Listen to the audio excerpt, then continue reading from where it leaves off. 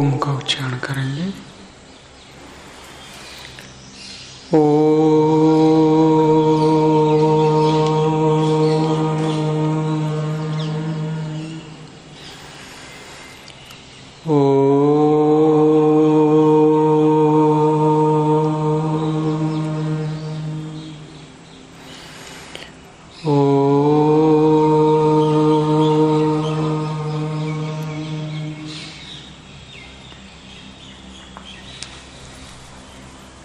पूजनीय मातृशक्ति, ब्रह्मचारीगण, मुनिगण,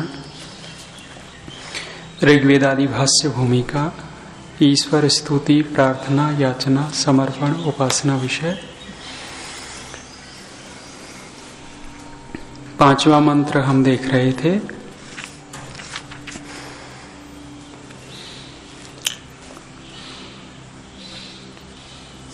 हो गया था, हे परमेश्वर, हे सुधर्म परमेश्वर, त्वं धर्म असि, न्यायकारी असि, अस्मान अपि न्याय धर्म युक्तान कुरु।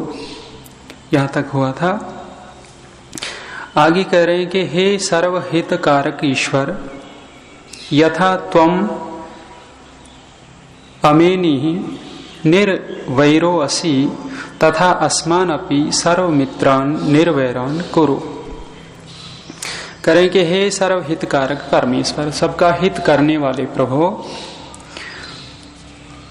यथा त्वम, जैसे आप, अमेनी, अमेनी को खोला, निर्वैर, जैसे आप निर्वैर हैं, किसी से वैर नहीं करते, तथा अस्मान अपि, वैसे ही हमको, सर्वमित्रान, सबका मित्र अर्थात निर्वैरान कुरु, हमको भी निर्वैर से युक्त कीजिए, हम भी किसी से वैर न करें, हम भी सबके मित्र होवे। मित्र होने में व्यक्ति को भय नहीं लगता। स्वामी जी ने शायद 7वें समोल्लास में द्वितीय द्वयम भयम भवति ऐसा कुछ दिया है। एक द्वितीयाद वही भयम भवति, माने जब दूसरा होता है तभी भय लगता है। दूसरा माने जी, दूसरे से ही भय लगता है। दूसरा कब होता है? जब मित्र होता है तब एक होते हैं, लेकिन जब मित्र नहीं होता, अप्रीति होती है, तब दो का भाव हो जाता है। और जब दो का भाव हो जाता है तो ऋषि लिखते हैं कि दूसरे से ही भय लगता है। जब ये कहने लगे कि जा, तेरे को कुछ नहीं मानता, और एक ये कहे कि आप ही तो हैं, आप ही को तो मैं सब कुछ मानता हूं, दोनों में बड़ा भेद है। जिसको ये कह दिया कि तेरे को कुछ नहीं मानता, माने दो बन गए। और जिस समय ये कह रहे हैं कि आप ही बहुत कुछ हैं, आपके साथ बहुत अच्छा लगता है, उस समय समझो कि दो का भाव नहीं है, एक है, वो दोनों एक हो गए। दूसरे का भाव होते ही भय लगेगा और एक पने में निर्भय हो जाता है व्यक्ति। प्रार्थना की कि आप निर्वैर हैं, अर्थात सबके मित्र हैं, हम भी निर्वैर हो जाएं, सबके मित्र हो जाएं। जब हम सबके मित्र होंगे तो हमें भय काहे का? भय लगेगा ही नहीं। मित्रस्य चक्षुषा समीक्षामहे, कह रहे कि मैं पूरे संसार को, यहाँ तो प्राणी मात्र को मित्र की दृष्टि से देखने की प्रार्थना की है वेद में। व्यक्ति अपने समुदाय को मित्र की दृष्टि से देखता है। अब देखना बहुत छोटा छोटा दायरा होता है। एक परिवार वाला है, अपने परिवार का जब कोई सदस्य आता है तो उसको बहुत अच्छे ढंग से बैठाता है, उसकी सेवा करता है। परिवार से बाहर निकले उसके संबंधी होते हैं, रिश्तेदार होते हैं, वो आ जाते हैं तो उससे थोड़ा सा और करता है। यहां तक सीमित हो गया। दूसरे के परिवार का व्यक्ति आता है, इतना वो जैसे अपने के लिए करता वैसा नहीं कर पाता। दूसरे का संबंधी आ गया, जैसा उसके अपने के लिए करता था इसके लिए नहीं कर पाता। यदि ये भेद मिट जाए तो ऋषि कह रहे हैं कि मित्रस्य चक्षुषा समीक्षामहे, ये वेद कह रहा है कि हम प्राणी मात्र को मित्र की दृष्टि से देखने लग जाएंगे तो हमारे अंदर भय नहीं होगा, हम सबके मित्र होंगे। है बड़ा कठिन, इस काम को शायद योगी लोग ही कर पाते हैं, ऋषि महर्षि ही कर पाते हैं, और वही कर पाता है जिसके अंदर के कलमश दूर हो गए। परमात्मा में कलमश है ही नहीं, इसलिए वो निर्वैर है, अमेनी है, इसलिए वो सबका मित्र है। और हम भी उनसे प्रार्थना करें कि हम भी सबके मित्र होवे। करें कि तथा वेद विद्याम हो गया, तथा अस्मदर्थम कृपया सुराज्य सुनियम सुरत्नादीनी धारय। परमेश्वर से और प्रार्थना की कि हमारे लिए कृपा करके सुराज्य, सुनियम और सुरत्न आदि को धारण कीजिए। सुराज्य हो, सुराज्य होता है तो व्यक्ति वो क्या लिखते हैं चाणक्य जी, जहां ये 3-4 चीजें न हो वहां रहना नहीं चाहिए। है जी, श्रोत्रिय, वैद्य, नदी और भी आजीविका, 2-3 बातें लिखी। वहां ये भी कहते हैं कि जहां का राजा ठीक न हो, वैद्य, जिस देश में जिस जगह वैद्य न हो, अच्छा चिकित्सक न हो, रोगी हो गए तो। दूसरा कह रहे हैं कि अच्छा राजा, राजा ठीक नहीं है, उस राज्य में भी रहना हमारे लिए घातक सिद्ध होगा। कौन था राजा? गबरगंड राजा था। गबरगंड के राज में चाहे साधु रहे चाहे दुष्ट व्यक्ति रहे, बराबर होता है उनका न्याय। तो वर्तमान में भी यदि हम स्थिति देखें, अपनी स्थिति देखें, काफी कुछ गौरगंड जैसा राज्य है। जैसे गौरगंड के राज्य में चलता था, अन्यायी को छूट और साधु को, न्याय करने वाले को पकड़ लिया जाता था। तो वो राजा यहाँ कह रहे हैं कि सुराज्य, हमें सुराज्य आप धारण कीजिए हमारे लिए, और सुनियम, नियम भी ऐसे हों कि वो सु हों, अच्छे हों।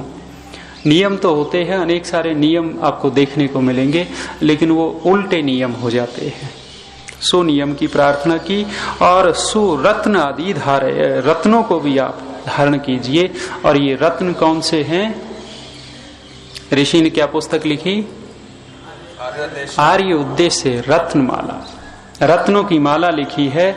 वहां तीसरे समोल्लास में स्वामी जी कह रहे हैं कि ये बाह्य आभूषण पहनने से क्या होता है?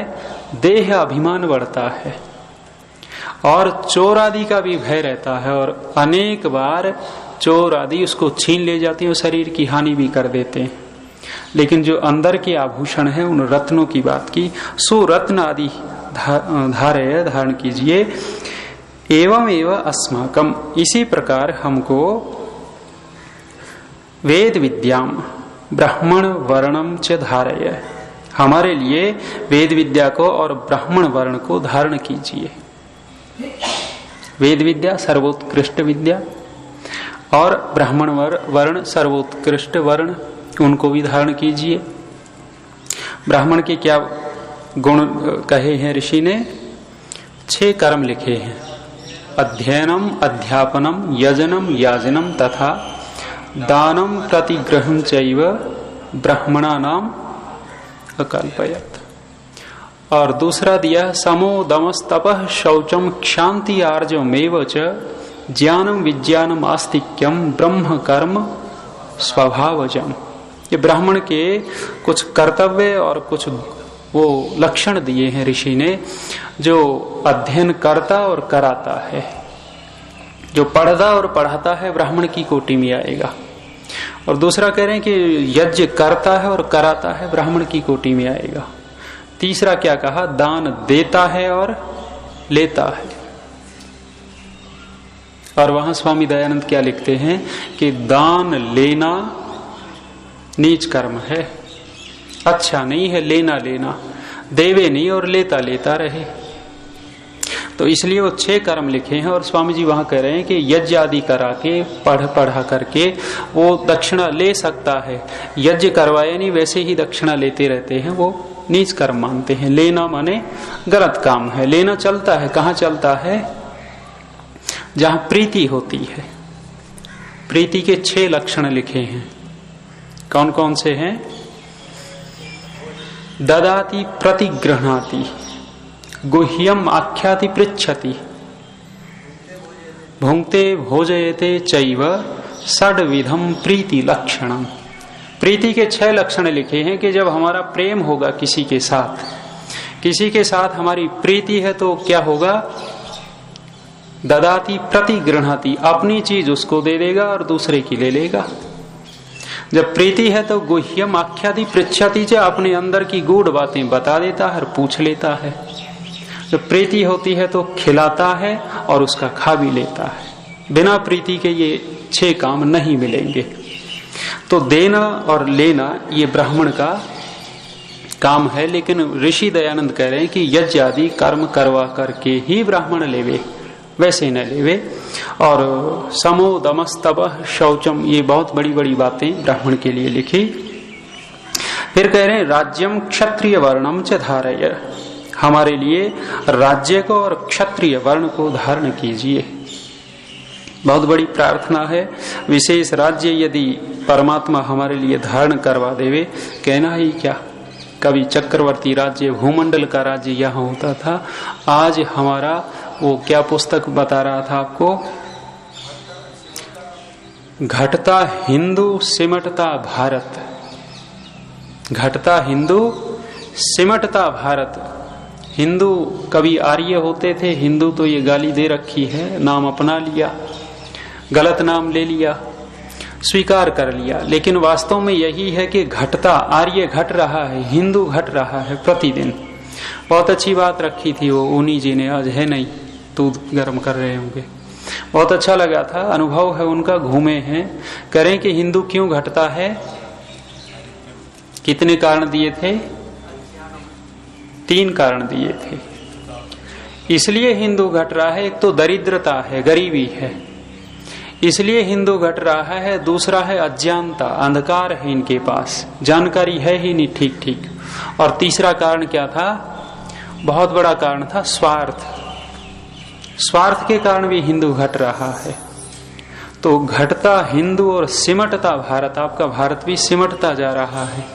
कभी कहां तक होता था, कहते हैं काबुल और कंधार तक हमारी सीमाएं होती थी।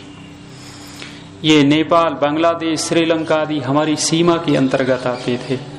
आज कितना हो गया, वो पाकिस्तान, काबुल, कंधार कट गया, नेपाल इत्यादि, बांग्लादेश ये सब कट गए, भूटान इत्यादि, लंका भी कट गया।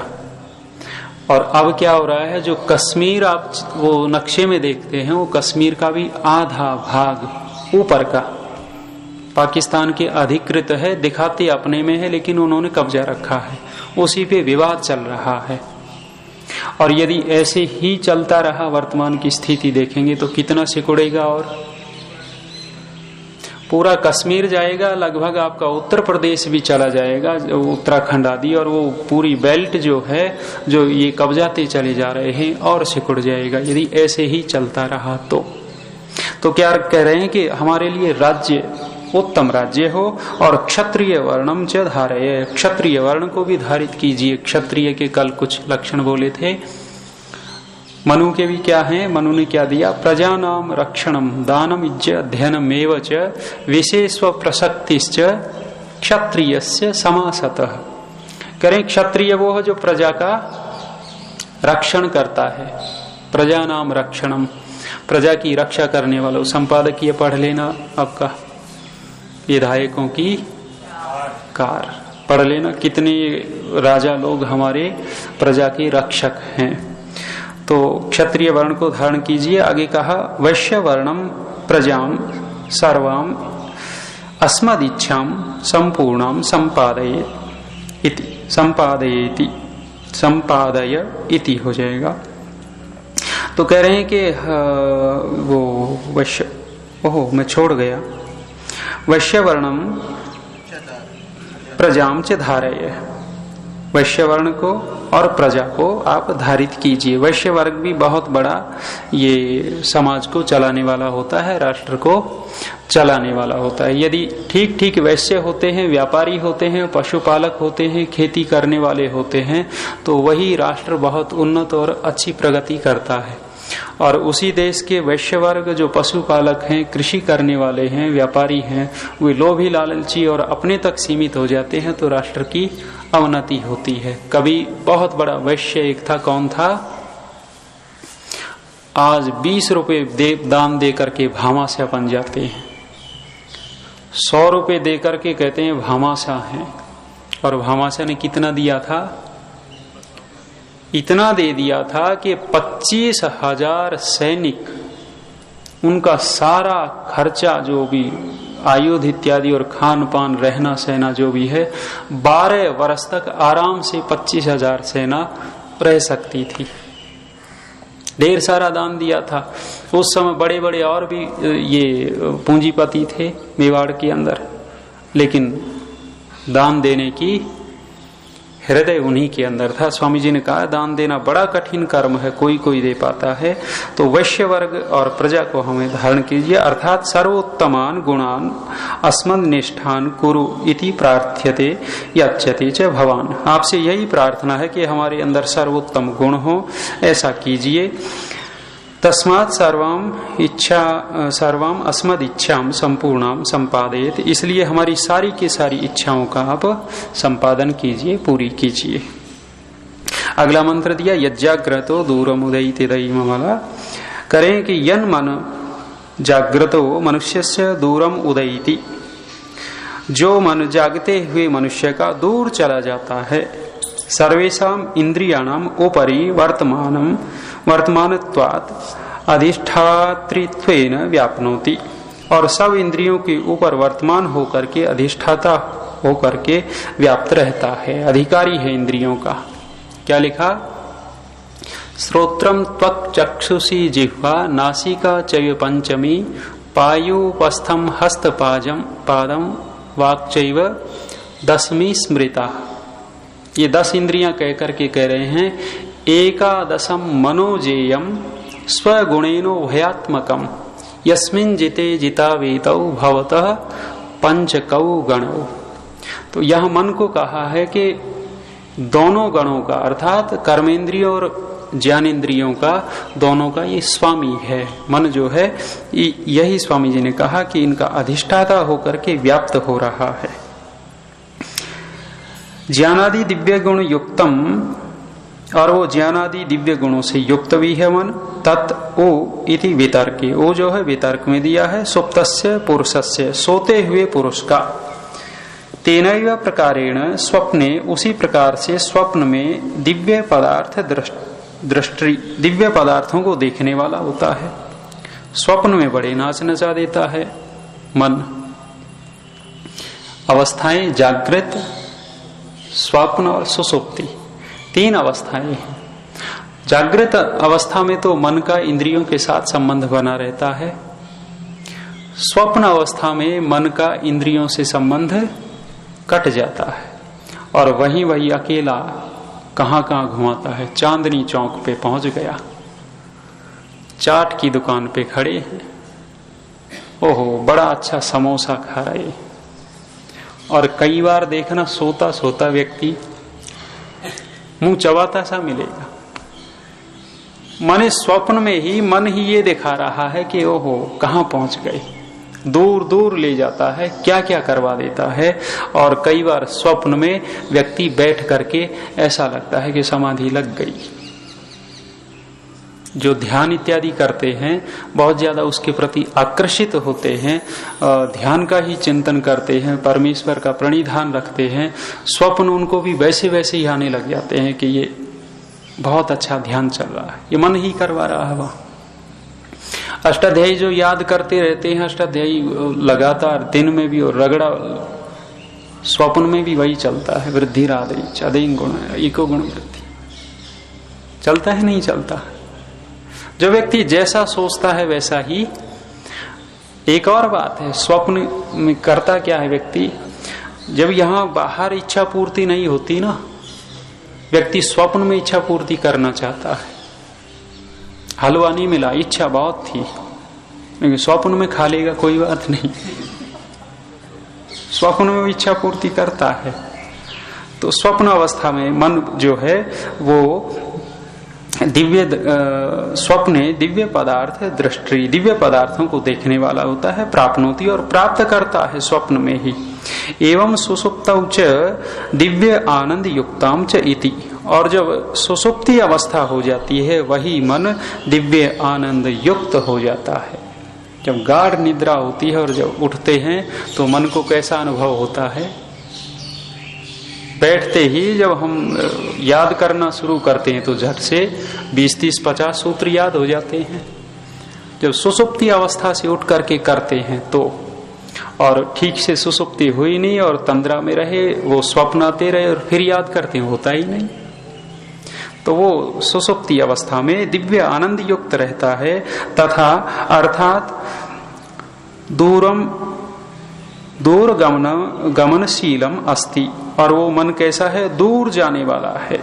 ज्योतिषाम इंद्रियाणाम सूर्यादीनाम च ज्योति ही सर्व पदार्थ प्रकाशकम, और वो ज्योतिषाम ज्योतियों का अर्थात इंद्रियों का, सूर्यादीनाम और सूर्यादि का ज्योति ही वो प्रकाश है, सर्व पदार्थ प्रकाशकम, सबको प्रकाशित करने वाला मन ही है।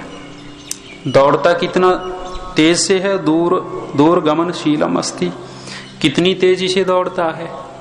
वैज्ञानिकों ने कह रहे हैं कि 1,86,000 प्रति मील, 1,86,000 प्रति मील 1 सेकंड में प्रकाश की गति है।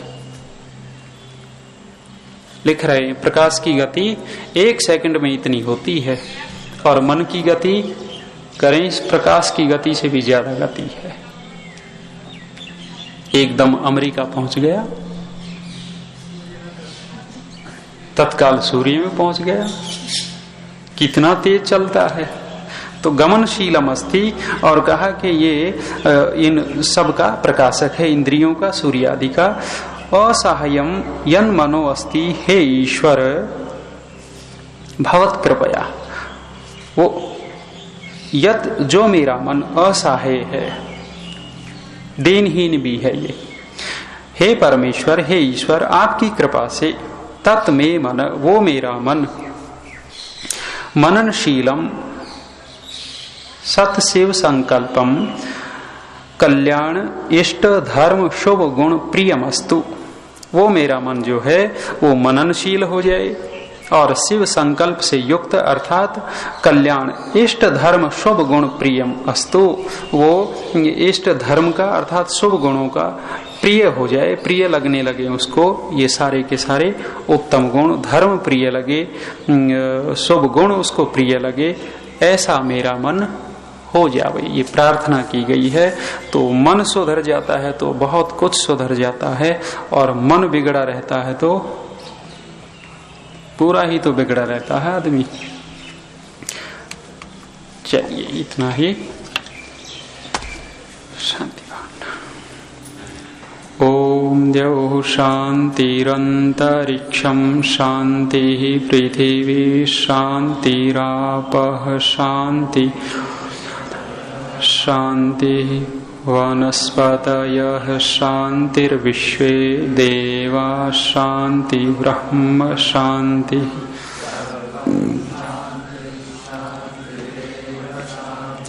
सामा शान्तिरेधि। ओम शांति शांति शांति। सबको नमस्ते।